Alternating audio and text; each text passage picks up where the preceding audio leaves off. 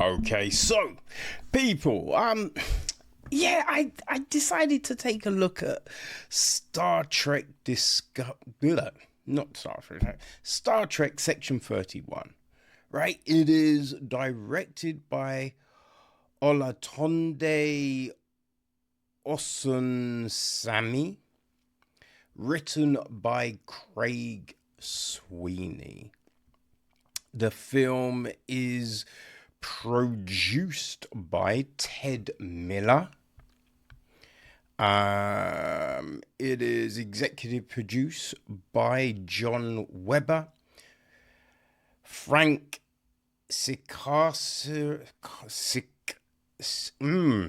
Frank Siracusa, yes, Trevor Roth, Rod Roddenberry,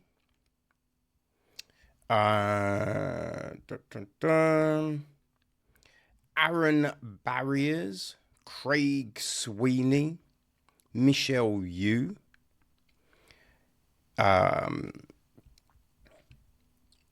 Alex Kurtzman, and Olatunde Osunsanmi. It is co-produced by Dana N. Wilson, with some consultancy from Jenny Lomette and Michelle Paradise. We have Jeff Russo on the music. Right, Glenn Keenan handles the cinematography, with Bartholomew Burcham editing the piece. Right, Orly Sitwitz and Marguerite Simkin were down with the casting. Paul Kirby is production design. Matthew S. Morgan and Tijana Petrovic are art direction. Set decoration is Summer Gao. All right, we've got Gersha Phillips taking care of costume design.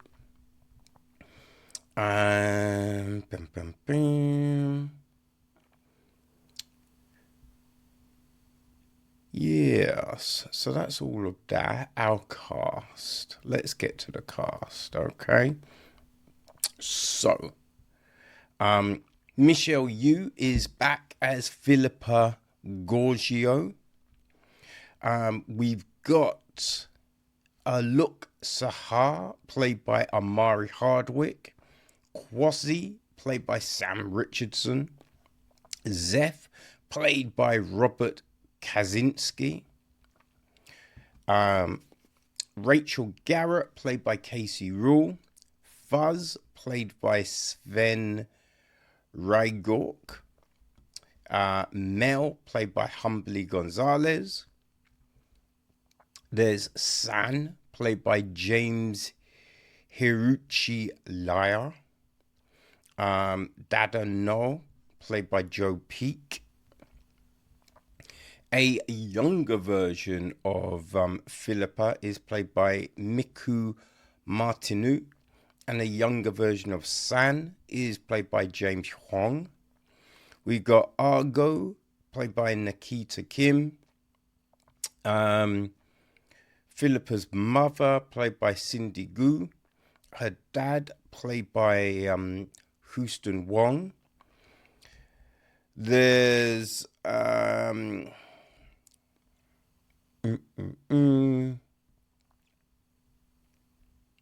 yeah, I think that's basically the key components in the film. We do have Jamie Lee Curtis as Control. Right, the gist of the film. Emperor Philippa Georgiou joins a secret division of Starfleet tasked with protecting the United Federation of Planets and must face the sins of her past. So, man, my girl, she likes Discovery. She's a big Trek fan, right? I can take it or leave it. There's certain Trek that I did enjoy Discover, not Deep Space Nine, right? But once Cisco shaved his head, right? Once Cisco shaved his head, I liked Deep Space Nine, though it never could compare to Babylon 5. You know what I mean? But a lot of Trek, it irritates me, you know? But I decided to get into Discovery, right? Just because Discovery, they try to shake it up a little bit. You know what I mean? Not using the typical archetypes that you always see.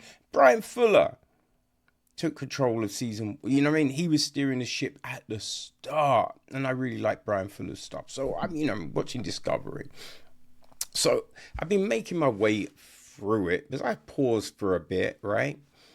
And then you heard that this film was coming. So I've been watching Discovery to get up to the bit where, this all spins out of. It turns out I didn't even have to do that, right? There's no reference to Discovery at all, really. I could have just watched this, a couple weeks back when it dropped. Yeah, it's an odd film. Like this, it's the first Star Trek movie to be made for a streaming service. You know what I mean? Made for TV, not the cinema. It's the first one. It does kind of show, right? It does show because some of the graphics, like we get this text popping up and these other visual effects, they look like they're from a dodgy sci-fi VHS from the 80s, but not necessarily in a good way, right? Some of the effects, like there's a bit when they're on these kind of, it's not a mine cart, right? But it's kind of like a mine cart, and they're speeding down this kind of tunnely thing. That looked mad fake, right? That looked terrible. Some of the lasers and stuff, again, don't look good. But our spaceships, for the most part, like just a spaceship flying through and all of that doesn't look bad. That looks fine, right? But some of the effects are just kind of jarring. Right, so the film starts off and we've got the younger Georgiou, right? Younger Georgiou, we're in Terran. She's sitting with her family. And we get this whole big thing.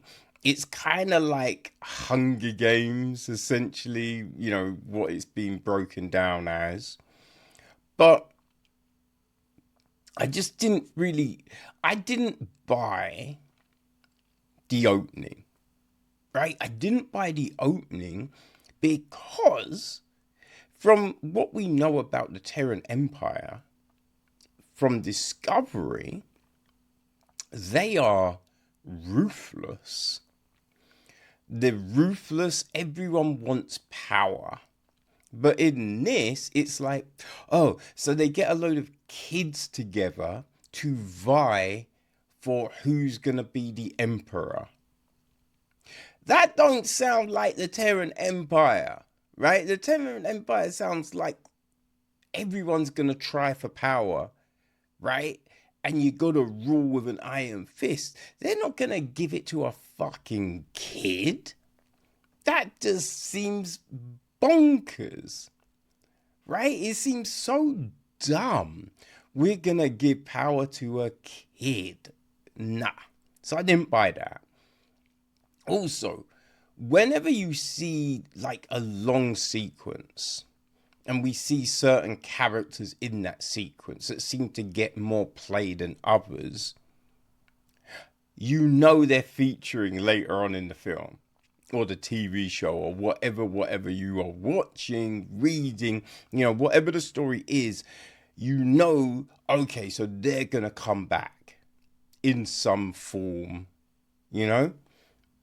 So we have this, which is like, ugh. Then we jump to the present day. And we've got Section 31 being told, oh, you know, Georgia is in this spot. You have to go get her, which is fine. But she's like running a kind of hotel casino type of thing. And they do that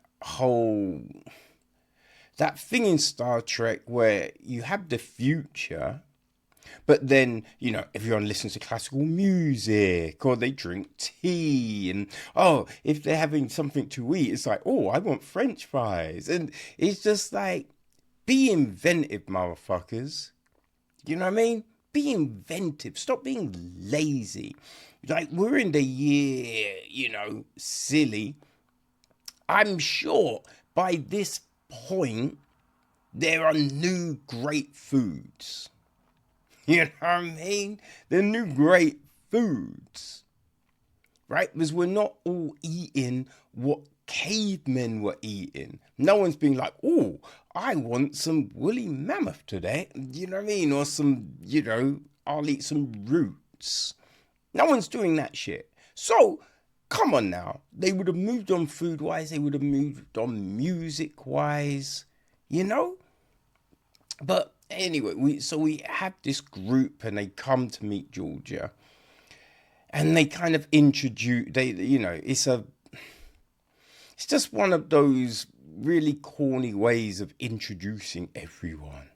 You know, they do that thing. And it's all well and good, but Star Trek love, for whatever reason, they love people putting on stupid accents. Accents that are just jarring. I found it in Picard, right? When you had that one guy who was doing like a Scottish accent as the hologram. It was like, oh, it was bad. So there's one guy, and there's this mechanical guy, Fuzz, right? Who's a little microscopic thing inside a mech, right? Which screamed Men in Black, which I hated too. So just the notion of that was just like, ugh. But the mech is in the form of a Vulcan, which made no sense. Made no sense, right? Because everyone knows Vulcans act in a certain way. They act in a certain way. They're not prone to hang around with just anyone. So it's just like, you'd think they would do something else, but no, they didn't. But we have this whole setup, which is just, you know, a group of people, you know, they're gonna disagree, not get on, and by the end of it, they'll all be fine. It's one of those, right? But at the very start of this, a character basically breaks down what they can do, right? Breaks down their skill set. So later on in the film, this espionage goes down, and everyone's like, who could it be? And it's just like, well, it's pretty fucking obvious, right? It's pretty obvious what went down, because it was basically spelled out to you at the very start, right? But for whatever reason, none of them can work it out, and you're just rolling your eyes. The story is just not very inventive. We have had it so many times, right? Throughout all the iterations of Star Trek, we have come across this story in basically every iteration. You know what I mean? They do the same story. They do love to regurgitate stuff. And yeah, this is what this is. Just over 90 minutes of regurgitation. which is, you just kind of think, why? Why are we bothering? What is happening here? You know, as I said, some of the special effects are good. You know, there's a few ship designs that are like, okay, but this isn't, it doesn't feel like anything new. And it doesn't really feel worthwhile. You know, it's just, when you heard they were doing a spin-off, right? And you heard Georgiou was going to be like, okay, it could be interesting. Let's see what happens, you know? Even though it was a bit lackluster, it was lackluster. Yes, it was a bit lackluster the way she left Discovery, right? That was just a weak storyline. But you're hoping, you know, they were going to do something fun. Because Michelle Yeoh does act the role well, right? She does, you know, ooze maniacal. You know what I mean? She does do that well. But it's just that you just didn't really feel this played into her abilities, right? For what you could do. This didn't seem to be that, which is a real shame. It's a real shame, you know? They end it in a way that they could do more.